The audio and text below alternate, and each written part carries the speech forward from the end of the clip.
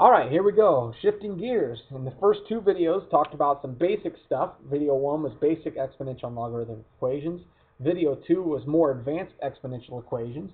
Video 3 here is going to be a little bit more advanced logarithmic equations. And the idea is this. If you see a logarithm in the equation, you're probably going to have to use an exponent to solve. In this case, I see ln, which means I probably have e involved. And in this, the first step to solving this problem is doing this. I know that if I raise e to the natural log of x, it's the same thing as raising e to the third power. Those two have to be the same. And the reason that I do this is because anytime I take e to the natural log of the power of a number, those two things basically cancel each other out. I'm left with x on the left side. And in fact, that's my answer. X is e cubed. Now, if they want this to a decimal, if it's asked to just give to a decimal or whatever, I would prefer this. If this is my class, that would be a great answer. I know what you're talking about. But if all else fails, you could always say e cubed, and that's going to be about 20.8, 086. Those are the same thing, okay? You didn't even see what I did there. E cubed, 20.086, right? Okay, there's another one. Oh, by the way, could I check my answer very quickly? Natural log of that answer. Natural log of 20.086 is 3. I'll be done. Okay. Next problem. Natural log of 3x is equal to 2. Natural log here, I'm going to use the same steps. I'm going to say e to that side then is equal to e to the second. And now I have e raised to the natural log of the power. Those go away. I have 3x on the left, and I have e squared on the right. Now that's 3x's. So after I square the e, I'm going to have to divide by 3 to get the x by itself.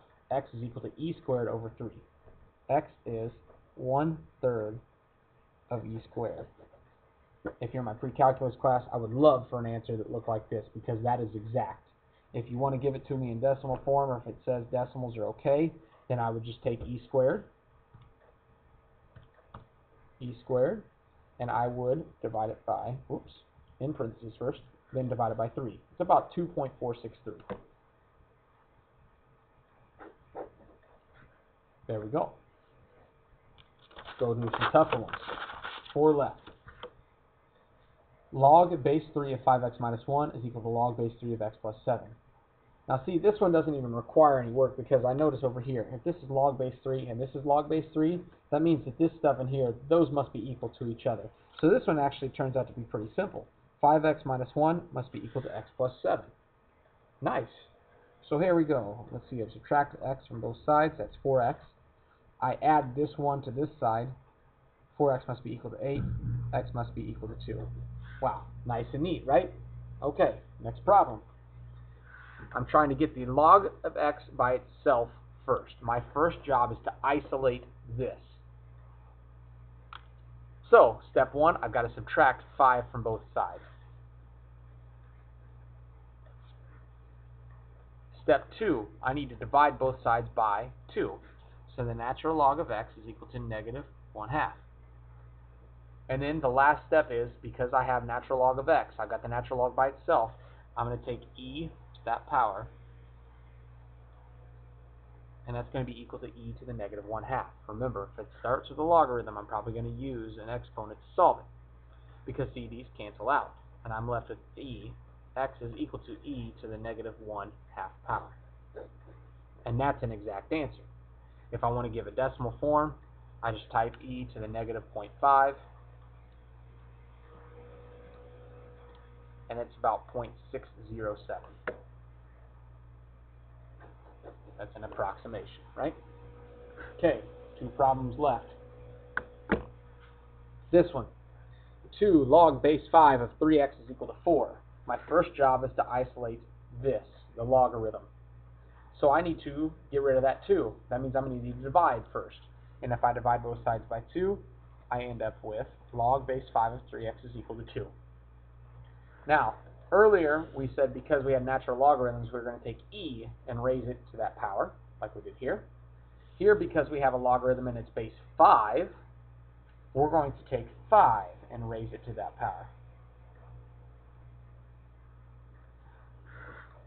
So we can say this: if I take 5 to this power, it's equal to 5 to that power. 5 squared, that's easy, that's 25, right?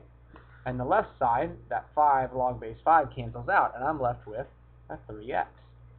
3x is equal to 25 then. That means that x is equal to 25 thirds. Not bad.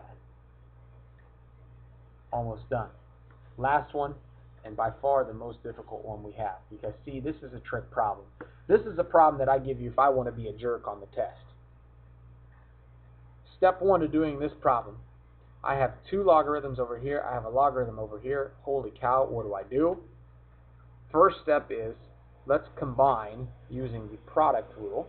Let's combine these into a single logarithm on the left-hand side. So I know that I can rewrite this, if I wanted to, as the logarithm of x minus 2 times 2x minus 3. Right? A single logarithm, and this value is multiplied by that value. Notice the use of parentheses, by the way. That becomes a FOIL problem, doesn't it? I'm going to have to do some distribution property here. That's going to equal the log of, and I'm going to write this as x squared. I'm going to go ahead and move that up to the top. No reason. I have a feeling I'm going to end up doing that anyway. Okay? On the left-hand side, if I go through and I do this, and I FOIL this out, I end up with the logarithm of, natural log of 2x squared minus 3x minus 4x plus 6. And that's going to equal the natural logarithm of x squared. And here's what I know. If I raised e to this side and e to this side, then basically those cancel out and those cancel out. In other words, if I have the natural logarithm of this stuff and the natural logarithm of x squared, well, those two things must be equal to each other. So I can say then that 2x squared minus 3x minus, well, you know what, let's change it. Minus 3x minus 4x, that's minus 7, right? Minus 7x plus 6 is equal to x squared. Now I need to solve for x. If I subtract this x squared from both sides, I end up with x squared minus 7x plus 6 is equal to 0. I factor this equation out, and it turns out that it's x minus 6, x minus 1 is equal to 0. And so I got two possible solutions. X can either be 6 or x can be 1. Because if I have a 6, 6 minus 6 is 0. 0 times this stuff is 0. Or if I put a 1 in here, 1 minus 1 is 0, which means that I've got something times 0, right? So, two possible solutions. X is equal to 1 and x is equal to 6. But here's the catch. If I go through and I put a 1 into this equation, I end up with, look at the original equation, ready? Plug a 1 in. That would be the natural log of 1 minus 2. That's negative 1. Plus the natural log of 2 times 1, which is 2, minus 3, which is negative 1. Whoops, sorry, that's the natural log of negative 1 plus the natural log of negative 1. Does that equal 2 times the natural log of 1? That's the question. Well, I'm going to go here, and in my calculator, I'm going to say natural log of negative 1, and I get this.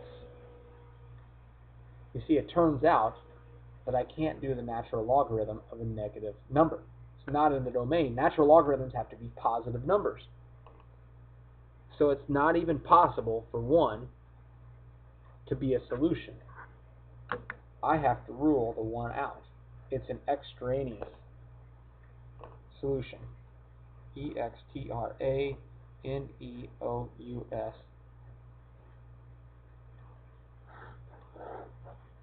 Oh my gosh, that's ridiculous, isn't it? So that's one that's pretty tricky. Don't expect to see it on a test unless I just really want to be a jerk. But the only solution to this one then is x equals 6. Easiest way to check that, and I don't have time because I'm running out of time on this video, easiest way to check that is just to go put it on your calculator. Here's y1, left side is y1, right side is y2, and you'll find out they only meet up once, and that's at x equals 6.